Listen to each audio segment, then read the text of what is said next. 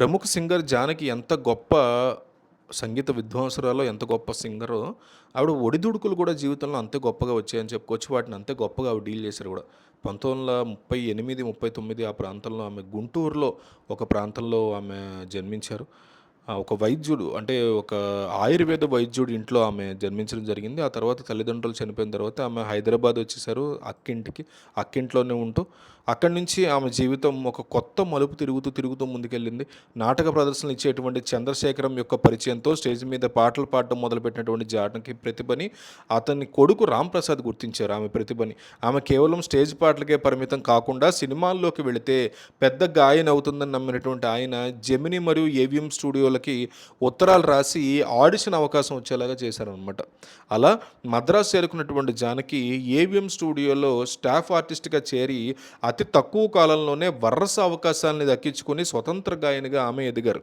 గానకోకిల జీవితంలోని మలుపులు అబ్జర్వ్ చేస్తే అసలు సినిమాల్లోకి రావడానికి కారణమైనటువంటి రాంప్రసాద్ని జానకి ఇష్టపడి 59లో ఆమె ప్రేమ వివాహాన్ని చేసుకున్నారు ఆయన్ని. జానకి కెరీర్ అంతలా దూసుకుపోవడానికి ఆమె భర్త అందించినటువంటి సహకారం అల్టిమేట్ అనమాట. అసలు రెమ్యునరేషన్ గొడవలు కావచ్చు, రాయల్టీ సమస్యలు కావచ్చు, రికార్డింగ్ ఒత్తిళ్లు కావచ్చు, ఇలాంటివి ఏమీ ఆమె వరకు రాకుండా అన్ని బాధ్యతలు ఆయన మధ్యలో ఉండి చూసుకునేవారు. ఆమె ఎప్పుడూ తన భర్త చేతుల్లోనే కన్ను మోయాలని కోరుకునేవారు, అంత ఇష్టం ఆయనంటే. కానీ దారుణం ఏంటంటే 97లో ఆయనకు వచ్చినటువంటి సెకండ్ టైం హార్ట్ స్ట్రోక్ వల్ల జానకి కంటే ముందు ఆయనే లోకాన్ని విడిచేసి వెళ్ళిపోయారు. భర్త మరణం తర్వాత సంగీతాన్ని స్వాచ్ఛగా మార్చుకుని జీవించినటువంటి జానకి ఒకే ఒక్క కొడుకు మురళీకృష్ణ, కోడలు ఉమ, ఇద్దరు మనవరాళ్ళు కూడా ఆమెకు ఉండేవారు.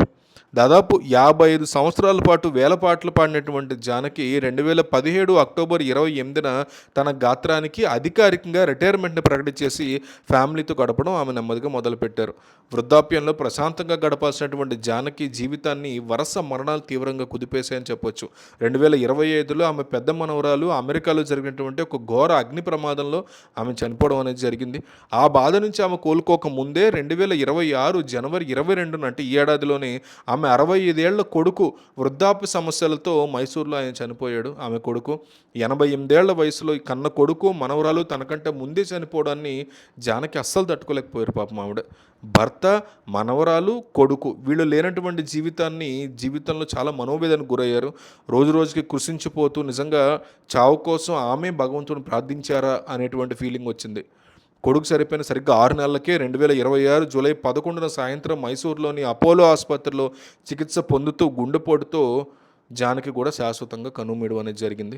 జానకి కేవలం ఒక అద్భుతమైనటువంటి గాయని మాత్రమే కాదు, ఆత్మగౌరవం ఉన్నటువంటి అతిపెద్ద కళాకారిణి. 2013లో కేంద్ర ప్రభుత్వం ఆమెకి పద్మభూషణ్ అవార్డుని ప్రకటించినప్పుడు ఆమె దాన్ని నిరభ్యంతరంగా ధైర్యంగా తిరస్కరించారు. 5 దశాబ్దాలకు పైగా దేశ విదేశీ భాషల్లో ఎన్నో వేల పాటలు పాడినటువంటి తనకి ఎప్పుడో రావాలిదని సరిగ్గా అంటే ఆలస్యంగా ఇవ్వడం సరైనటువంటి పద్ధతి కాదు. మీకు సౌత్ ఇండియన్ సింగర్స్ అన్నా, సౌత్ ఇండియన్ కళాకారులన్నా ఒక చిన్న చూపు ఉంది, అందుకే ఇంత లేట్ చేశారు. ఇది నా తరఫున కాదు, నేను మా సౌత్ ఇండియా తరఫున దీన్ని రిజెక్ట్ చేస్తున్నానంటూ ఆమె తిరస్కరించారు చాలా ఓపెన్గా.